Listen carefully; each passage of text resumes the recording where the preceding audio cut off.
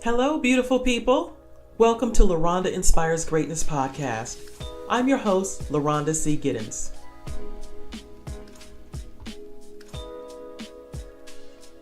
The title of this episode is Believe in Yourself.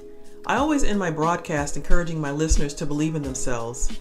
Believing in yourselves is an inside job, and it's not always easy to do, especially when we have so many reasons not to believe. You may have someone in your life currently who has a negative influence that tears at your self-esteem and confidence.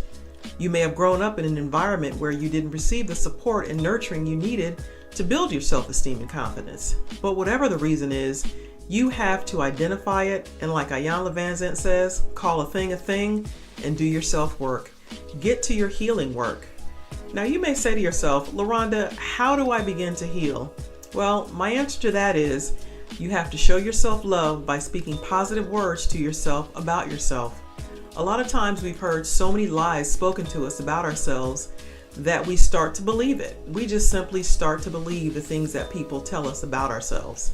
I once had a guidance counselor who told my parents that I should probably go to trade school because I just wasn't college material. Now I have to admit, I wasn't the greatest student in high school and subconsciously believed that I wasn't college material.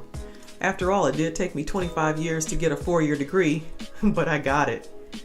People say negative things to children all the time. For instance, growing up, a little boy may have heard, "You're going to be just like your no good father." And a little girl may hear something like, "You're ugly and no one will ever be your friend."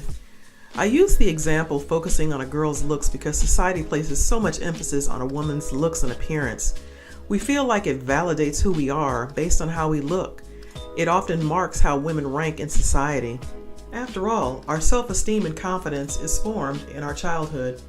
Now, many people like to minimize how or if childhood plays a role in adulthood.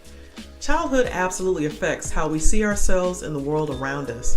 It affects how we respond in many situations. I can say this because I consider myself a subject matter expert. The first reason I believe that I'm an expert is because I've been studying psychology since I was a senior in high school and continued my studies and received a master's degree in forensic psychology. The next and most important reason why I feel I'm a subject matter expert is because I've been studying myself for just as long. I started to ask myself questions like, why do you do the things you do? Why do you act the way you act? I wanted answers, so I started reading self-help books like Dr. Phil and Dr. Wayne Dyer and other books that profoundly influenced my life. When I was a teenager, I listened to speakers like Les Brown and Deepak Chopra who inspired me. I sat in my room for hours listening to them, just speaking positive words I had never heard before. I started to think about what I was thinking about. I started listening to my inner dialogue, and I was hearing negative things I was saying to myself about myself. So I kept searching. I kept searching for positive words to pour into myself to flush out the negative thinking. I watched many shows of Oprah back in the day when Oprah was The Daily Show, and she introduced us to people like Iyanla Vanzant who talked about positive affirmations. I fell in love with positive quotes in the late 80s and wrote my very first quote in 2003. And that quote reads, "Realization is the first step to change. Once you're able to embrace change, you can move forward." That's one of my favorite quotes of all times because if you haven't healed the wounds from your past, it makes it challenging to move forward in your life. Old wounds have a way of picking at your self-esteem and confidence. It makes you second guess everything. Did I do the right thing? Did I make the right decision? Is this my fault? Maybe I'm the reason why this is happening. You have all these different dialogues happening in your head all at once, all at the same time.